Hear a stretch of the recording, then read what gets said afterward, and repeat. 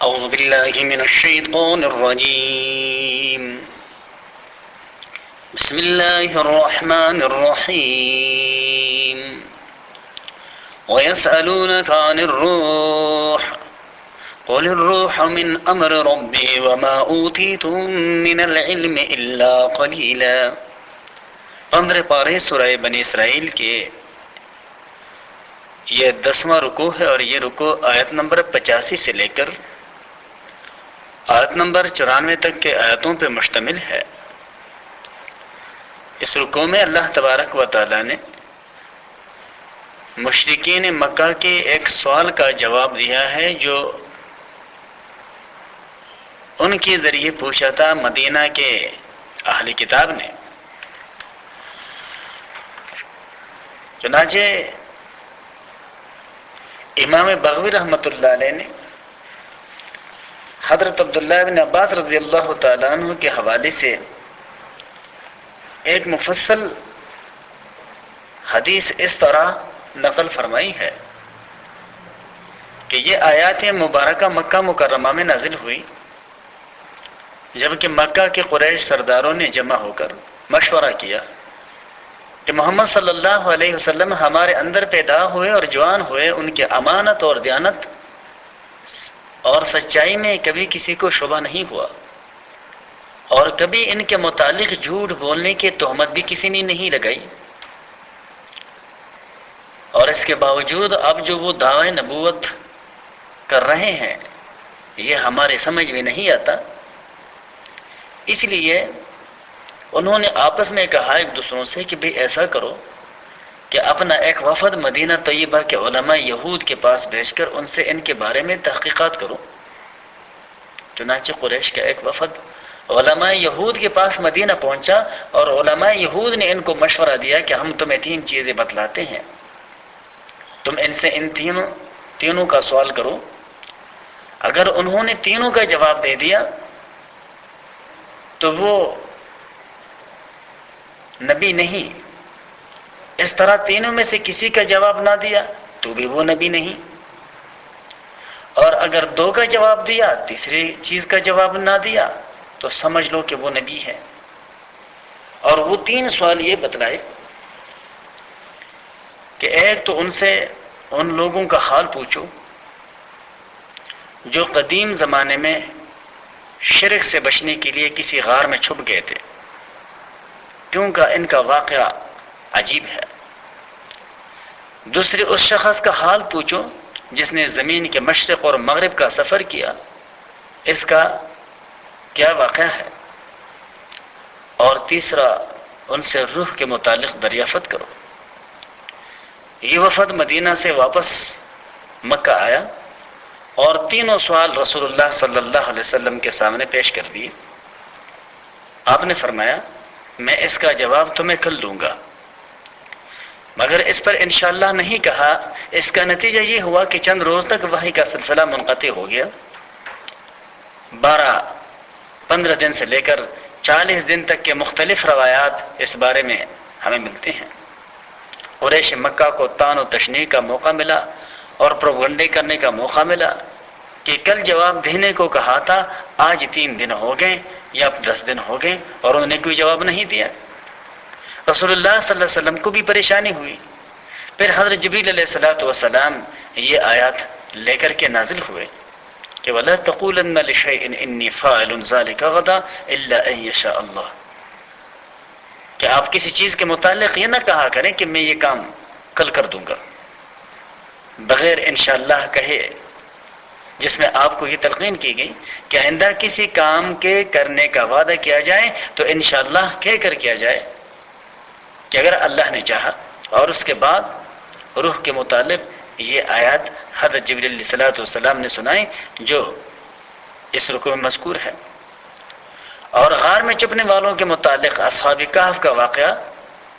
اور مشرق سے مغرب تک سفر کرنے والے ذوالقرنین کا واقعہ جو سورہ کہف میں انشاءاللہ آنے والا ہے، اس کے آیات نازل ہوئی جن میں اصحاب کہف اور ذوالقرنین کا واقعہ پوری تفصیل کے ساتھ جواب میں بیان فرمایا گیا، اور روح کے متعلق جس حقیقت کا سوال تھا اس کا جواب نہیں دیا گیا، جس سے یہود کی بتلائی ہوئی علامات صدق نبوت کے ظاہر ہو گئی، اس لیے کہ انہوں نے کہا تھا کہ اگر تینوں کا جواب نہیں دیا تو بھی پیغمبر نہیں، اور اگر تینوں کا جواب دے دیا تو بھی پیغمبر نہیں، اور اگر تینوں میں دو کا جواب دے دیا تو وہ پیغمبر ہیں۔ تو حضور نبی کریم صلی اللہ علیہ وسلم نے ذوالقرنین اور اصحاب کہف کے متعلق تو اللہ کے حکم کے مطابق پوری تفصیلی جواب دیا، لیکن روح کے متعلق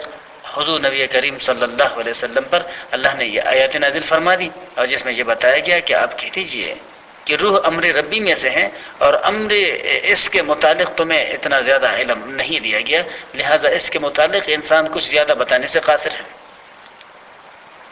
اس واقعہ کو امام ترمذی میں ذکر کیا گیا ہے اور تفسیر مظہری میں بھی ہے۔ چنانچہ اللہ تبارک و تعالیٰ کا ارشاد ہے، وَيَسْأَلُونَكَ عَنِ الرُّوحِ، اور وہ لوگ آپ سے سوال کرتے ہیں روح کے متعلق، یعنی روح انسانی کے متعلق یا روح حیوانی کے متعلق کہ یہ کیا ہے اور انسان میں کیسے آ کر کے داخل ہوتا ہے اور کس طرح سے یہ زندہ ہوتا ہے، اس کے ذریعے سے انسان۔ قُلِ الرُّوحُ، آپ کہہ دیجئے کہ روح من امر ربی، میرے رب کے حکم میں سے ہے، یعنی امر ربی ہے۔ وَمَا أُوتِيتُم مِّنَ الْعِلْمِ إِلَّا قَلِيلًا، اور تم کو علم نہیں دیا گیا مگر تھوڑا سا، یعنی تمہیں جو علم دیا گیا ہے دنیاوی علم وہ اتنا وسیع نہیں ہے کہ جس کی وجہ سے تم حقیقت روح کو معلوم کر سکو۔ اتنی بات ضرور ہے کہ یہ کوئی عام حیوان کی طرح نہیں ہے کہ جس کے وجود میں آنے کے لیے توالد اور تناسل کا سلسلہ ہو، یا یہ آہستہ آہستہ بڑھتا رہے، بس یہ امر ربی ہے، اللہ کا حکم ہے جو براہ راست اللہ تبارک و تعالیٰ کے حکم سے ہی کسی میں داخل ہوتا ہے تو وہ چلنے پھرنے لگ جاتا ہے، اور جب اللہ کے حکم سے اس کو واپس نکالا جاتا ہے تو وہ بے جان ہو جاتا ہے۔ وَلَئِنْ شِئْنَا، اور اگر ہم چاہیں، لَنَذْهَبَنَّ بِالَّذِي، تو البتہ ہم لے جائے اس چیز کو، أَوْحَيْنَا إِلَيْكَ، جو ہم نے آپ کی طرف وحی کی، ثُمَّ لَا تَجِدُ لَكَ بِهِ عَلَيْنَا وَكِيلًا، پھر تو نہ پائے اپنے لیے اس کے لانے کو ہم پر کوئی ذمہ دار، یعنی ہم اگر آپ کو دی ہوئے علم کو آپ سے واپس لے لیں تو کوئی بھی آپ کے پاس ایسا نہیں ہے کہ جو اس علم کو ہم سے لے کر پھر آپ کو واپس دے دیں۔ اللہ تبارک و تعالیٰ کا ارشاد ہے، الا رحمتا من ربک، مگر یہ مہربانی ہے تیرے رب کی طرف سے، ان فضلہ کان علیک کبیرا، بے شک اس کا فضل آپ پہ بہت بڑا ہے، یعنی بہت بڑے اللہ کے احسانات ہیں آپ پہ، انعامات ہیں آپ پہ۔ قل کہہ دیجئے لئن اجتمعت الانس والجن، اور اگر جمع ہو جائے سارے انسان اور سارے جنات اعلیٰ اس بات پر ان یأتوا بمثل هذا القرآن، یہ کہ لائیں اس قرآن کے طرح، تو لا یأتون بمثلہ، ہرگز نہیں لا سکیں گے اس قرآن کی طرح، ولو کان بعضهم لبعض ظہیرا، اگرچہ وہ سارے ایک دوسروں کے اس معاملے میں مددگار بن جائیں۔ اعجاز قرآن کے متعلق پہلے بھی متعدد جگہوں پر اللہ تبارک و تعالیٰ نے وضاحت فرمائی ہے، اور اس کے بارے میں قرآن مجید نے کئی جگہوں پر ایسے لوگوں کو چیلنج کیا ہے کہ جو اس قرآن کو حضور نبی کریم صلی اللہ علیہ وسلم کا کلام کہتے تھے۔ یہاں بھی اللہ تبارک و تعالیٰ نے اعجاز قرآن کو اس انداز سے ظاہر بیان فرمایا ہے کہ سارے جنات اور سارے انسان اگر ایک دوسروں کے مددگار بن کر بھی قرآن کی طرح کتاب لانا چاہیں تو نہیں لا سکیں گے، اس لیے کہ قرآن اللہ کی کتاب ہے، اور اس میں انسان کے مستقبل کے بارے میں وہ تمام رموز بیان کر دیے گئے ہیں جس سے انسان نے ہمکنار ہونا ہے، اور انسان یا جنات مل کر اگر کوئی کتاب بنا بھی سکتے ہیں تو وہ صرف وہی ہوگا کہ جس سے انسان کے ماضی کے بارے میں ایسے ہو، کہانیاں ہوں، تجربے ہوں، لیکن انسان کے مستقبل کے بارے میں کوئی بھی کسی بات کے بتلانے یا کرنے سے قاصر ہے، اس لیے کہ مستقبل آیا نہیں، لہذا اس کے بارے میں بحث نہیں کیا جا سکتا، اور اگر بات کر بھی دی جائے تو وہ بات کوئی 100% یقینی بھی نہیں، اور مستقبل کے بارے میں یقینی بات وہی کر سکتا ہے جو مستقبل کا پیدا کرنے والا اور جاننے والا ہے، اور وہ ہے صرف اور صرف ایک اللہ کی ذات۔ تو اللہ کا ارشاد ہے، وَلَقَدْ صَرَّفْنَا لِلنَّاسِ، اور ہم نے پھیر پھیر کے سمجھائی ہے لوگوں کے لیے، فی ھذا القرآن، اس قرآن میں، من کل مثل، ہر مثال کو، فَأَبَى أَكْثَرُ النَّاسِ، سو نہیں مانتے بہت سارے لوگ، الا کفورا، سوائے ناشکرے کے، یعنی زیادہ تر لوگ جو ہے وہ ناشکر ہی رہے ہیں۔ اللہ تبارک و تعالیٰ کا ارشاد ہے، وقالوا، اور وہ لوگ کہتے ہیں، لن نؤمن لک، ہم ہرگز آپ پر ایمان نہیں لائیں گے، حتی تفجر لنا من الارض ينبوعا، کہ جب تک تو جاری نہ کرے ہمارے لیے اس زمین میں ایک چشمہ، یعنی مکہ کی سرزمین سے قرآن کے اعجاز سے ایک چشمہ جاری کر دیں۔ اللہ تبارک و تعالیٰ کا ارشاد ہے۔ اور دوسرا وہ یہ کہتے ہیں کہ او تکون لک جنت من نخیل، یا ہو تیرے لیے ایک باغ کھجور کا، وعنب، اور انگور کا، فتفجر الانہار، پھر بہائے تو اس کے درمیان میں نہریں، تفجیرہ، خوب چلا کر، یعنی آپ کے پاس ایک باغ ہونا چاہیے مکہ کے اندر کہ جو ان اوصاف کے حامل ہو، جس میں انگور ہو، جس میں کھجور ہو، اور جو نہروں سے بھرپور ہو۔ جبکہ مکہ کے اندر یہ کوئی آسان کام نہیں تھا، اس لیے کہ وہ ریتیلی زمین ہے، وہاں تو پانی پینے کے لیے بھی نہیں مل رہا۔ او تسقط السماء، یا پھر گرا دے آسمان کو، کما زعمت، جس طرح کہ تو کہتا ہے، کہ صفن، ٹکڑے ٹکڑے کر کے، او تأتی باللہ، یا لیا آپ اللہ کو، والملائکۃ، اور فرشتوں کو، قبیلہ، ہمارے سامنے، یعنی آپ اللہ کو اگر ہمارے سامنے لے آتے ہیں اور وہ ہمیں بتا دے کہ بھئی یہ میرا پیغمبر ہے،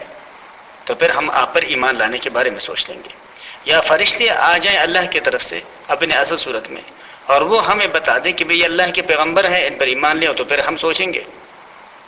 یا اب کوئی ایسا کمال کر دیں کہ بھئی یہاں مکے کے اندر جو ہے نا وہ یہاں پہ باغوں کا ہونا ممکن ہی نہیں ہے، آپ کے لیے ایسے باغ ہوں۔ اللہ تبارک و تعالیٰ فرماتے ہیں کہ مزید وہ لوگ کہتے ہیں کہ او یکون لک بیت من زخرف، یا ہو آپ کے لیے ایک گھر من زخرف، سونے کا، سنہرا، یعنی سونے کا، یا کم از کم سنہرا ہو، او ترقی فی السماء، یا آپ چھڑ جائے آسمان میں۔ لیکن ساتھ ہی انہوں نے کہا وَلَن نُؤْمِنَ لِرُقِيِّكَ، اور ہم یقین نہیں کریں گے آپ کی چڑھنے پر، حَتَّى تُنَزِّلَ عَلَيْنَا كِتَابًا نَقْرَؤُهُ، جب تک یہ نہ اتار کے لائے ہم پر ایک کتاب جس کو ہم پڑھیں۔ یعنی آپ جیسے آپ معراج کا ذکر کرتے ہیں، ہمارے سامنے آسمان پہ چڑھیے، پھر وہاں سے ایک کتاب لکھی ہوئی لے کے آئیے جس کو ہم خود پڑھ سکیں اور سمجھ سکیں۔ اللہ تبارک و تعالی فرماتے ہیں قل کہہ دیجئے سبحان ربی، سبحان اللہ، یعنی میرا رب پاک ہے، حل کنتو، میں کون ہوں، الا بشر الرسول، سوائے ایک آدمی کے جس کو اللہ نے رسول بنایا ہے، یعنی میں تو ایک آدمی ہوں جس کو اللہ نے رسول بنایا ہے، اور تم مجھ سے جن چیزوں کے مطالبے کر رہے ہو یہ تو ایسے ہیں جیسے گویا اللہ سے مطالبے کیے جاتے ہیں کہ بھئی آسمان پہ وہ جس وقت چاہے چڑھ جائیں اور وہاں سے خط لکھے ہوئے خط لے آئیں، فرشتوں کو تمہارے سامنے کھڑا کر دیں، یہاں پہ نہریں جاری کر دیں۔ اور بھئی یہ وہ سوالات ہیں جن کا پیغمبرانہ ذمہ داریوں کے ساتھ کوئی تعلق ہی نہیں ہے، بلکہ یہ تو پیغمبروں کے تعلیمات کو جٹلانے کے لیے ہیلے اور بہانے ہیں جو اپنے طرف سے گھڑے ہوئے ہیں اور ہر دور میں گھڑے جاتے ہیں۔ ان چیزوں کا پیغمبر کے تعلیمات کے ساتھ کیا تعلق ہے؟ پیغمبر کی تعلیمات تو وہ سچائیاں ہیں جو اللہ تبارک و تعالیٰ کی طرف سے لوگوں کو اپنے معمولات زندگی میں جگہ دینے کے لیے اللہ تبارک و تعالیٰ کی طرف سے نازل کی جاتی ہے۔ ان کے متعلق سوال کرنا چاہیے کہ بھئی اللہ نے جن چیزوں کو کرنے کا کہا ہے اس سے ہمیں کیا فائدہ ہوگا، اللہ نے جن چیزوں سے منع کیا ہے ان سے منع ہو کر ہمیں کیا فائدہ ہوگا، اور اگر ہم منع نہیں ہوں گے تو ہمارا نقصان کیا ہوگا۔ ان کو اپنے تجربے پہ پرکھیں، اور اللہ تبارک و تعالیٰ نے جو حقائق مثالوں کے ذریعے اور گزشتہ واقعات کے ذریعے بیان کی ہے اور جن چیزوں کی طرف انسانوں کی توجہ مبذول کرائی ہے، ان حقائق پہ غور کیجئے کہ کیا وہ سچ ہے، حق ہے یا نہیں۔ اب پیغمبروں کے کام یہ نہیں ہے کہ وہ پہاڑوں کو ہٹائیں، وہ آسمانوں سے لوگوں کے نام لکھے ہوئے خط لے کے آئیں اور وہ فرشتوں کو لوگوں کے سامنے کھڑا کر دیں، لوگوں کو مالدار کر دیں۔ یہ تو اللہ تبارک و تعالیٰ کے اوصاف ہیں، اللہ جس کو چاہتا ہے ان کو ان اوصاف سے متصف فرماتا ہے۔ وآخر دعوانا ان الحمد للہ رب العالمین۔ اعوذ باللہ من الشیطان الرجیم، بسم اللہ الرحمن الرحیم۔ وما منع الناس أن يؤمنوا إذ جاءهم الهدى إلا أن قالوا أبعث الله بشرا رسولا۔ 15 پارے سورہ بنی اسرائیل کے یہ 11واں رکوع ہے، اور یہ رکوع آیت نمبر 94 سے لے کر آیت نمبر 101 تک کے آیاتوں پر مشتمل ہے۔ عام کفار اور مشرکین کا خیال تھا کہ بشر یعنی آدمی اللہ کا رسول نہیں ہو سکتا، کیونکہ وہ تو ہمارے طرح تمام خوائج انسانی کا عادی ہوتا ہے، پھر اس کو ہم پر کیا فوقیت حاصل ہے کہ ہم اس کو اللہ کا رسول سمجھیں اور اپنا مقتدا بنا لیں۔ ان کے اس خیال کا جواب قرآن مجید میں کئی جگہ مختلف عنوانات سے اللہ تبارک و تعالیٰ نے اس کا تذکرہ کیا ہے۔ اس آیات میں وما منع الناس میں اس کا جواب دیا گیا ہے۔ اس کا حاصل یہ ہے کہ اللہ کا رسول جن لوگوں کے طرف بھیجا جائے وہ انہی ہی کے جنس میں سے ہونا ضروری ہے۔ اگر یہ آدمی ہے تو رسول بھی آدمی ہونا چاہیے، کیونکہ غیر جنس کے ساتھ باہمی مناسبت نہیں ہوتی، اور بغیر مناسبت کے رشد و ہدایت کا فائدہ حاصل نہیں کیا جا سکتا۔ اگر آدمیوں کی طرف کسی فرشتے کو رسول بنا کر بھیج دیں جو نہ بھوک کو جانتا ہے، نہ پیاس کو، نہ جنسی ضروریات کو، اور نہ ایسے خواہشات کو، نہ وہ سردی اور گرمی کا احساس رکھیں، نہ کبھی اس کو محنت سے تکان لاحق ہو، تو وہ انسانوں سے بھی ایسے ہی عمل کی توقع رکھتا، ان کی کمزوری اور مجبوری کا احساس نہ کرتا۔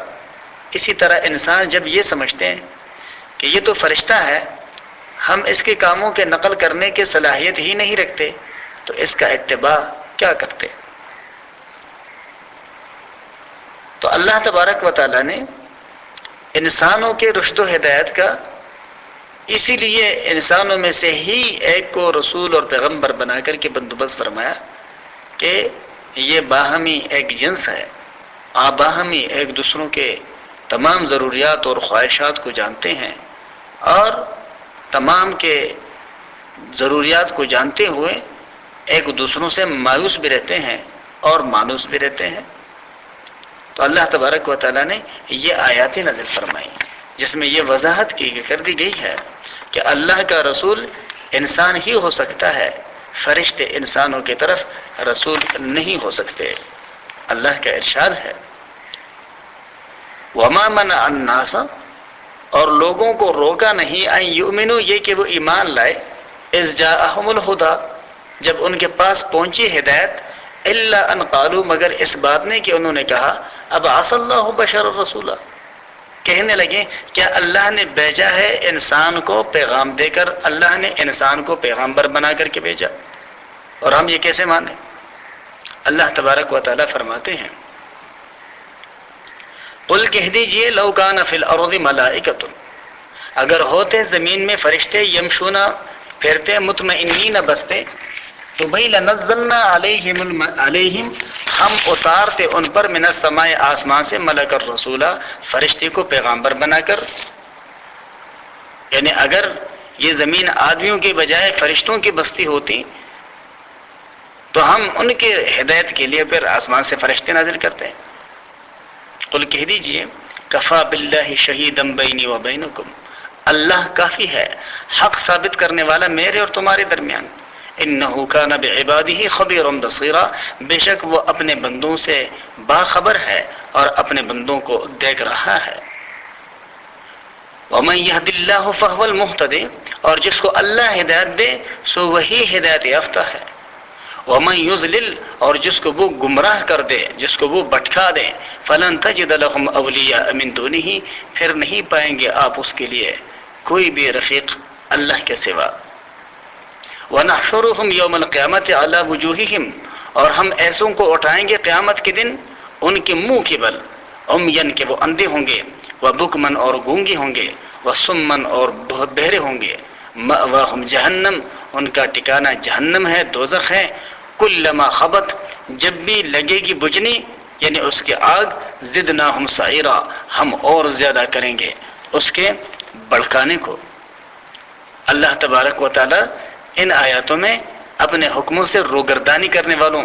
اور نافرمانی کرنے والوں کے انجام بد کا تذکرہ فرماتا ہے۔ ایک حدیث میں آتا ہے کہ صحابہ نے ایک مرتبہ پوچھا کہ یا رسول اللہ صلی اللہ علیہ وسلم، قیامت کے دن لوگوں کو چہروں کے بل اور سروں کے بل کیسے چلایا جائے گا؟ تو اللہ کے رسول صلی اللہ علیہ وسلم نے فرمایا کہ جس ذات نے انسانوں کو پاؤں کے بل چلایا ہے وہی ذات حکم دے گا اس انسان کو جو اللہ کا نافرمان رہا ہے دنیا میں کہ بھئی یہ اپنے سر کے بل چل، تو بھئی یہ اپنے سر کے بل چلنا شروع کر دے گا، جو اس کے دنیا میں اللہ کے نافرمان ہونے کی نشانی ہوگی۔ اللہ کا ارشاد ہے ذالک جزاہم، یہ ان کی سزا ہے، بأنہم، اس لیے کہ انہوں نے کفروا، انکار کیا، بآیاتنا، ہمارے آیاتوں کا، وقالوا، اور انہوں نے کہا اذا كنا عظاما، جب ہم ہو جائیں گے مٹیاں، ہڈیاں، ورفاتا، اور چورا چورا، انا لمبعوثون خلقا جدیدا، کیا ہمیں پھر سے اٹھایا جائے گا نئے سرے سے بنا کر؟ یعنی دنیا میں دلیل سے تو نہ مانا تھا، اب آنکھ سے بار بار دیکھ کر یہ لوگ کس طرح جل کر اثر نو تیار کیے جا رہے ہیں کہ دنیا میں تو یہ کہا کرتے تھے کہ ہمیں کیسے زندہ کیا جائے گا۔ اولم یرو،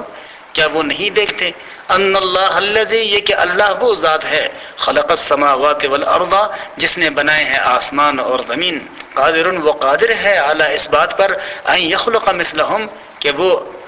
تخلیق کرے ایسوں کا، یعنی پھر سے وہ ایسے ہی بنا دے، یعنی جس نے اتنی بڑے اجسام پیدا کیے، اسے تم جیسے چھوٹے سے چھوٹے چیز کا پیدا کر دینا اس کے لیے کیا مشکل ہے۔ لخلق السماوات والارض اکبر من خلق الناس، سورہ مومن کی 6 رکوع میں ہے کہ اللہ تبارک و تعالیٰ نے جو کائنات تخلیق کی ہے آسمان اور زمین کی صورت میں، وہ اور تم جیسے وہ سب آدمیوں کو بے تکلف پیدا کر سکتا ہے۔ اللہ تبارک و تعالیٰ کا ارشاد ہے وہ اللہ جس نے آسمانوں کو پیدا کیا اور زمین کو پیدا کیا، وہ قادر ہے علی ان یخلق مثلہم، یہ کہ وہ ایسوں کو پھر سے بنائے، وجعل لهم اجلا لا ریب فیہ، اور مقرر کیا ہے اس نے ان کے لیے ایک وقت جس میں کوئی شبہ نہیں ہے، کوئی شک نہیں ہے، فابى الظالمون، سو نہیں مان رہے ظالم، الا کفورا، سوائے نفرتوں کے اور ناشکری کے، یعنی ایسے واضح مضامین اور دلائل سن کر بھی ناانصافوں کے کفر اور ضلالت اور ناشکری میں ترقی ہی ہوتی ہے، ذرا نہیں سوچتے کہ بھئی جو اللہ تبارک و تعالیٰ نے یہاں بیان کی ہے حقیقتیں، ہم اس پہ غور تو کر لیں کہ کیا یہ سچ پر مبنی ہے یا حقیقت پہ مبنی ہے یا کہ نہیں۔ اللہ تبارک و تعالیٰ کا ارشاد ہے قل کہہ دیجئے لو انتم تملکون خزائن رحمت ربی، اگر تم لوگوں کے ہاتھ میں ہوتے میرے رب کے رحمت کے خزانے، اذا لامسکتم، تب تو تم اسے ضرور بن کے رکھتے، خشیت الانفاق، اس کے خرچ ہونے کے خوف سے، وکان الانسان قتورا، اور ہے انسان بڑا ہی تنگ دل۔ یعنی اللہ تبارک و تعالی اگر اپنے اس دنیا کائنات کے رزق رسانی کے اور ضروریات انسانی کے خزانے کسی انسان کے ہاتھ میں دے دیتا تو وہ اس کو بند کر کے کنجوسی کی وجہ سے اور ختم ہونے کے خوف کی وجہ سے وہ اس کو لوگوں کو دینے سے روک لیتا، لیکن اللہ کی ذات ہے کہ وہ اس دنیا کے اندر سبوں کے لیے اس نے اپنے رحمتوں کو عام کر دیا ہے، چاہے وہ رحمتیں بارش کی صورت میں ہوں، وہ روشنی کی صورت میں ہوں، اور یا وہ ہوا کی صورت میں ہو، یا وہ زمین سے پیداوار کی صورت میں ہو، وہ جس صورت میں ہے اللہ کے رحمتیں اور عنایتیں اللہ تبارک و تعالیٰ نے بغیر کسی قید کے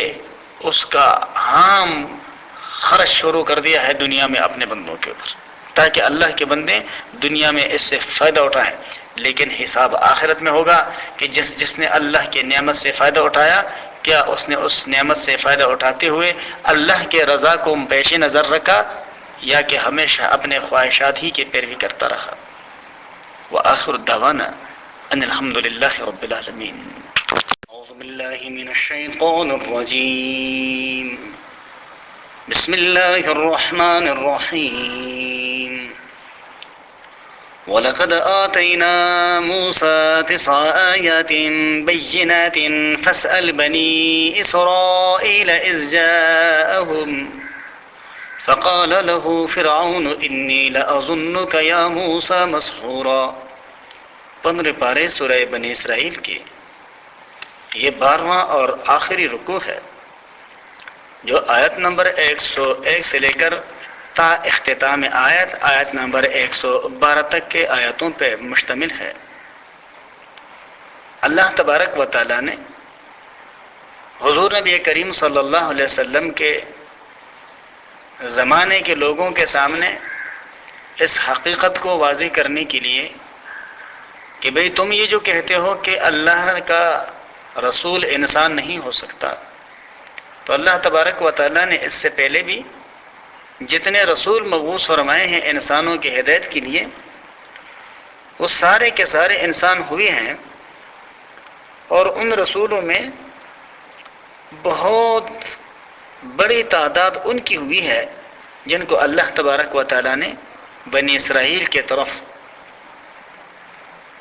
ہدایت کے لیے نازل فرمایا ہے، اور ان پیغمبروں میں جن کو اللہ نے بنی اسرائیل کی طرف مبعوث فرمایا، حضرت موسیٰ علیہ الصلاۃ والسلام سب سے زیادہ جلالی مزاج کے پیغمبر ہوئے ہیں۔ لیکن اللہ کے اس پیارے رسول کے باتوں کو سن کر بھی اس وقت کے منافقین نے بجائے اس کے کہ ان کے بیان کردہ حقائق پہ غور کرتے، انہوں نے جادوگر کہہ کر کے یا آپ کے کلام کو ساحرانہ کلام کہہ کر کے انہوں نے پیچھا چھڑانے کی کوشش کی، لیکن بالآخر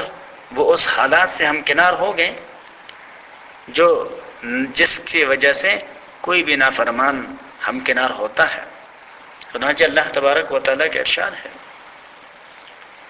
وَلَقَدْ آتَيْنَا، اور یقیناً ہم نے دی تھی موسیٰ علیہ السلام کو 9 آیات بینات، 7 نشانیاں صاف صاف۔ آیات سے مراد معجزات ہے، جیسے کہ حضرت عبداللہ بن عباس رضی اللہ تعالیٰ عنہ نے فرمایا کہ اللہ تبارک و تعالیٰ نے 9 معجزے حضرت موسیٰ علیہ السلام کو عطا فرمائے تھے، اور وہ 9 معجزے یہ ہے: عصائے موسیٰ جو اژدہا بن جاتی تھی، لاٹھی اس کو وہ رکھتے تھے تو اژدہا بن جاتی تھی، ید بیضا یعنی جس کو اپنے گریبان میں ڈال کر نکالنے سے وہ چمکنے لگتا تھا، ہاتھ کو گریبان میں ڈالا باہر نکالا تو وہ چمکنے لگتا تھا۔ تیسرا یہ کہ زبان میں لغنت تھی، اللہ تبارک و تعالیٰ نے وہ دور کر دی۔ اور چوتھی یہ کہ بنی اسرائیل کے دریا پار کرنے کے لیے دریا کو پھاڑ کر کے اس کے 2 حصے کر ڈالے، بلکہ الگ الگ حصے کر ڈالے اور راستہ دے دیا۔ اور 5واں یہ کہ ٹڈی دل کا جو عذاب تھا وہ غیر معمولی صورت میں بھیج دیا گیا۔ 6واں یہ کہ طوفان بھیج دیا گیا۔ اور 7واں یہ کہ بدن کے کپڑوں میں بے حد جوئیں پیدا کر دی گئی، جن سے بچنے کا کوئی راستہ سوائے اس کے نہ رہا کہ وہ مجبور ہو کر کے حضرت موسیٰ علیہ السلام سے درخواست کرنے لگے کہ اے موسیٰ، آپ اللہ سے دعا کریں کہ ہم پر سے اس مصیبت کو ہٹا دیں، ہم آپ پر ایمان بھی لے آئیں گے، آپ کے ساتھ بنی اسرائیل بھی بھیج دیں گے، جس کا تذکرہ پہلے ہو گزرا ہے۔ لیکن ہر بار حضرت موسیٰ علیہ السلام اللہ سے دعا کرتے، ان پر سے آئی ہوئی مصیبت اللہ اپنے فضل سے ہٹاتا، تو پھر یہ لوگ کہتے ہیں کہ بھئی یہ تو آپ کے جادو کی کارستانی ہے، نہ ہم آپ پر ایمان لائیں گے اور نہ آپ کے ساتھ بنی اسرائیل کو بھیجیں گے۔ اور 8واں معجزہ مینڈکوں کا ایک عذاب مسلط کر دیا گیا تھا کہ ہر کھانے اور ہر پینے کے چیز میں مینڈک آ جاتے تھے۔ اور 9واں یہ کہ خون کا عذاب بھیجا گیا تھا کہ ہر برتن اور ہر پینے کے چیز میں خون ان کو ملتا تھا۔ اللہ تبارک و تعالیٰ کا ارشاد ہے کہ فَاسْأَلْ بنی اسرائیل، آپ پوچھ لیجئے بنی اسرائیل سے، اِذْ جَاءَهُمْ، جب وہ آئے ان کے پاس، فَقَالَ لَهُ فِرْعَوْنُ، تو کہا اس کو فرعون نے، انی لأظنک یا موسیٰ، بے شک میرا خیال ہے تیرے بارے اے موسیٰ، مسحورا، کہ تجھ پر جادو ہوا ہے، یعنی کسی نے تجھ پر جادو کر دیا ہے جس سے معاذ اللہ عقل خراب ہو گئی، اس لیے آپ بھیکی بھیکی باتیں کرتے ہیں۔ دوسری جگہ سورہ شعراء رکوع نمبر 2 میں اللہ کا ارشاد ہے کہ فرعون نے لوگوں سے خطاب کرتے ہوئے کہا، اِنَّا رَسُولَكُمُ الَّذِي أُرْسِلَ إِلَيْكُمْ لَمَجْنُونَ، کہ تمہاری طرف یہ بھیجا ہوا رسول تو مجنون ہے۔ تو اللہ تبارک و تعالیٰ کا ارشاد ہے، قال، حضرت موسیٰ نے فرمایا، لقد علمت، یقیناً تو جانتا ہے، ما انزل هؤلاء نہیں اتاری یہ باتیں الا رب السماوات والارض مگر آسمانوں اور زمین کے رب نے بصائر سمجھانے کے لیے. وَإِنِّي لَأَظُنُّكَ يَا فِرْعَوْنُ اور بے شک میرا خیال ہے تیرے بارے میں اے فرعون مزبورا کہ تو غارت ہونے والا ہے، تو تباہ و برباد ہونے والا ہے، تو مجھے مسحور یا جادوگر کہہ کر کے پیچھے چھڑانا چاہتا ہے اور مجھ کو لوگوں میں بدنام کرنا چاہتا ہے تاکہ لوگ میرے پاس آنے سے کنی کترائیں، اللہ کے پیغام کے سننے سے محروم رہیں. لیکن میرا تیرے بارے میں خیال ہے کہ اے فرعون تجھ کو تیرا یہ طرز عمل بربادی اور تباہی سے ہمکنار کر دے گا. اب جب فرعون نے یہ دیکھا کہ بھئی بنی اسرائیل جو ہے وہ آہستہ آہستہ موسیٰ علیہ السلام کے قریب آ رہے ہیں اور موسیٰ کا اثر بڑھتا چلا جاتا ہے، تو سمجھا کہ بنی اسرائیل کہیں زور نہ پکڑ لیں، اس لیے ان کو اور زیادہ فرعون نے ستانا شروع کر دیا کہ مصر کے اندر امن و چین سے ان کو نہ رہنے دیا جائے اور ان کو تنگ کرنا شروع کر دیا. تو اللہ کا ارشاد ہے فَأَرَادَ پھر چاہا اس نے أَن يَسْتَفِزَّهُم مِّنَ الْأَرْضِ کہ ان کو اکھاڑ دے زمین سے، یعنی بنی اسرائیل کو مصر کی زمین سے بے دخل کر دیں. فَأَغْرَقْنَاهُ پس ہم نے غرق کر دیا وَمَن مَّعَهُ جَمِيعًا اور جو اس کے ساتھ تھے ان سبوں کو، یعنی ان سبوں کو ہم نے دریا کے اندر غرق کر دیا، بیڑا غرق کر دیا ظالموں کا بحر قلزم کے اندر ڈبو کر. اس کی تفصیل پہلے ہو گزری ہے. اللہ تبارک و تعالیٰ کا ارشاد ہے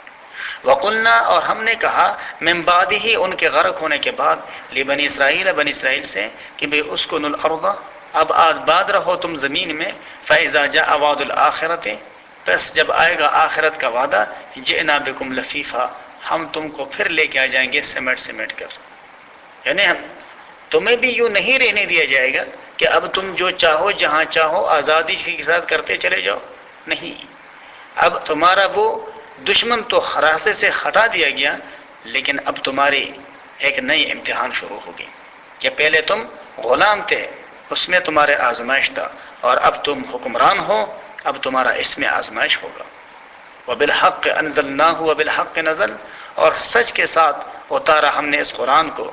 اور سچ کے ساتھ یہ قرآن اترا. وَمَا أَرْسَلْنَاكَ إِلَّا مُبَشِّرًا وَنَذِيرًا اور ہم نے آپ کو نہیں بھیجا ان لوگوں کی طرف مگر ان کو خوشخبری اور ڈر سنانے کی غرض سے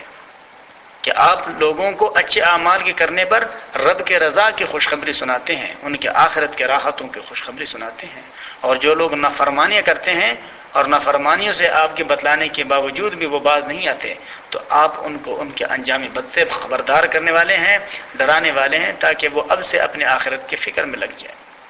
تاکہ کل کو وہ یہ نہ کہیں کہ ہمیں تو کوئی ہم بتلانے والا آیا نہیں تھا کہ جو ہمیں بتلا دیتا کہ بھئی کن کن کاموں میں ہمارے مستقبل کے نقصانات ہیں اور کن کن کاموں میں ہمارے مستقبل کے فائدے ہیں.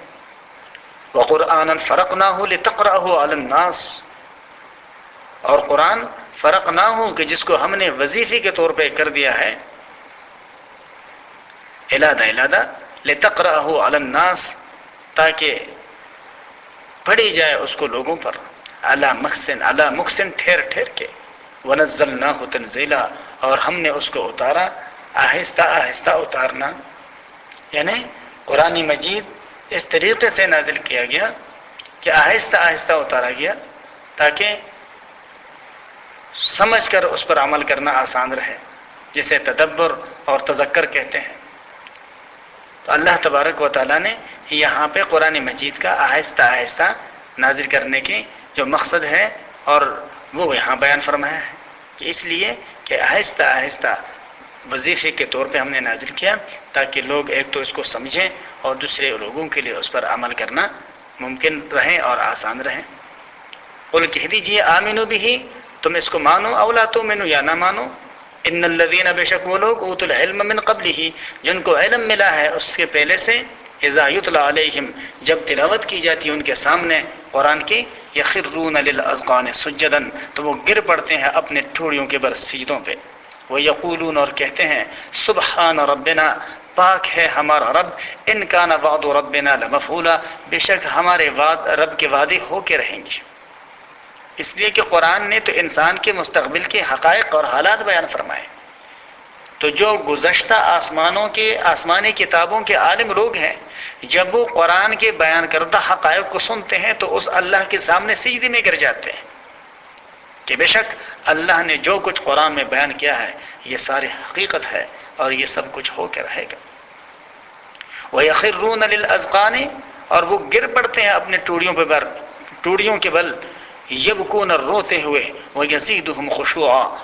یہ آیت سجدہ تلاوت ہے، اور بڑھتی ہے ان کی خشوع اور خضوع، یعنی قرآن کو سن کر ان پر رقت طاری ہو جاتی ہے، سجدہ کرتے ہیں تو ان کی عاجزی اور بڑھ جاتی ہے۔ اذقان ٹوڑیوں کے لفظ میں شاید اس طرف اشارہ ہے کہ سجدے میں بہت زیادہ مبالغہ کرتے تھے، گویا ٹھوڑیاں بھی زمین کے ساتھ ملا دیتے تھے۔ یہ لمبے سجدے کے لیے محاورتاً یہ لفظ استعمال ہوتا تھا عربی زبان میں، اللہ نے یہاں پہ ان کو آسانی کے ساتھ سمجھانے کے لیے اسی کو بطور تمثیل کے بیان کیا ہے۔ قُلِ ادْعُوا اللَّهَ وَادْعُوا الرَّحْمَٰنَ، آپ کہہ دیجئے کہ اللہ کہہ کر کے پکارو یا الرحمن کہہ کر کے پکارو، ایما تدعو فلہ الاسماء الحسنی، جو کہہ کر کے پکارو گے سو اسی کے ہیں سب نام اچھے اچھے۔ ولا تجہر بصلاتک، اور پکار مت پڑھ اپنے نماز کو، ولا تخافت بہا، اور نہ بہت چپکے سے پڑھیے اس کو، بلکہ وابتغ بین ذالک سبیلا، اور تلاش کیجئے درمیان کے راستے کو۔ حضور نبی کریم صلی اللہ علیہ وآلہ وسلم کو ایک مرتبہ کفار مکہ نے دعا کرتے ہوئے دیکھا کہ آپ اپنے دعا میں اللہ سے دعا کرتے ہیں، اے رحیم اور کریم ذات، میرے اس پیغام کو جو کہ تیرا کلام ہے اس کے سننے کا یہاں کے لوگوں کو ہدایت عطا فرما دے۔ اے اللہ تو بصیر ہے، تو کریم ہے اور تو قدیر ہے۔ جب اس طرح کے اللہ کے صفاتی نام ان لوگوں نے سنے تو انہوں نے کہا کہ بھئی لو، ہم سے تو محمد کہتا ہے کہ اللہ ایک ہے، لیکن اپنے دعاؤں میں یہ اللہ کے سوا رحیم کو بھی یاد کرتے ہیں اور کریم کو بھی یاد کرتے ہیں، بصیر کو بھی یاد کرتے ہیں، تو گویا یہ کئی خداؤں کو یاد کرتے ہیں اور ہمیں تو ایک خدا کا کہتے ہیں۔ تو اللہ تبارک و تعالیٰ نے یہ آیات نازل فرمائی کہ اللہ تبارک و تعالیٰ کے لیے ہے سارے اچھے اچھے نام، تم اللہ کو جس بھی نام سے پکارو تو اس کے لیے نام ہی سارے کے سارے اچھے ہیں۔ اور اچھے ناموں سے مراد وہ ہے کہ جس میں شرک کی آمیزش نہ ہو، جس سے کمزوری کا پہلو نمایاں نہ ہوتا ہو اور کمزوری کا پہلو جس سے ظاہر نہ ہوتا ہو۔ وَلَا تَجْهَرْ بِصَلَاتِكَ، اور مت پکاریے اپنے نماز کو اونچی آواز میں، یہ نماز کو بہت اونچی آواز سے نہ پڑھیے۔ یہ بھی ابتدائی حالات میں جب مسلمان نماز پڑھا کرتے تھے اور نماز میں تلاوت قرآن کیا کرتے تھے تو پاس سے گزرنے والے اور پاس بیٹھنے والے جو منکرین تھے، کیونکہ ان کا غلبہ تھا، وہ ان کا مذاق اڑایا کرتے تھے، اللہ کے کلام کا مذاق اڑایا کرتے تھے۔ تو اللہ تبارک و تعالیٰ نے فرمایا کہ بھئی اگر وہ لوگ باز نہیں آتے اپنے شرارتوں سے تو آپ لوگ ذرا قرآن مجید کے تلاوت کو جو نماز کے اندر کرتے ہو اس کو تھوڑا سا دھیمی آواز میں کر دو۔ وَقُلِ الْحَمْدُ لِلَّهِ الَّذِي، اور کہہ دیجئے کہ تمام تعریف اللہ ہی کے لیے ہے، وہ اللہ لم يتخذ ولدا، جس نے نہیں بنایا کسی کو اپنا اولاد، ولم يكن له شریک فی الملک، اور نہ کوئی اس کا ساتھی ہے سلطنت میں، یعنی کوئی شراکت دار اس کے خدا ہی میں نہیں ہے، کوئی شراکت دار اس کے خدا ہی میں نہیں ہے، بلکہ ولم يكن له ولی من الذل، اور نہ کوئی اس کا مددگار ہے ذلت کے وقت، کمزوری کے وقت، اس لیے کہ اس پر کمزوری ہی نہیں آتی، لہذا مددگار کی ضرورت ہی نہیں ہے۔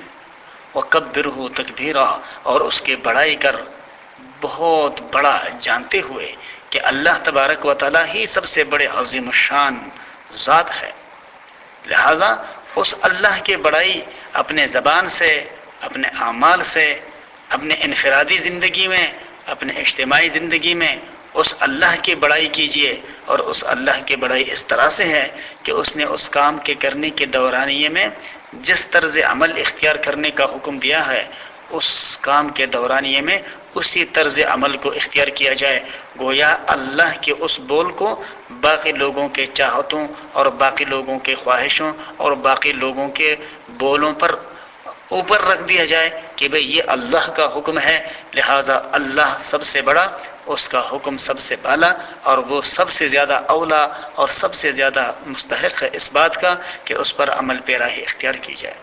لہذا اس طرح سے اپنے رب کے نام کے بھولا بالا کرتے رہیے۔ اللہ تبارک و تعالی اسی طرف یہاں اشارہ فرماتا ہے۔ یہاں پہ سورہ بنی اسرائیل اپنے اختتام کو پہنچا۔ وآخر دعوانا الحمد للہ رب العالمین۔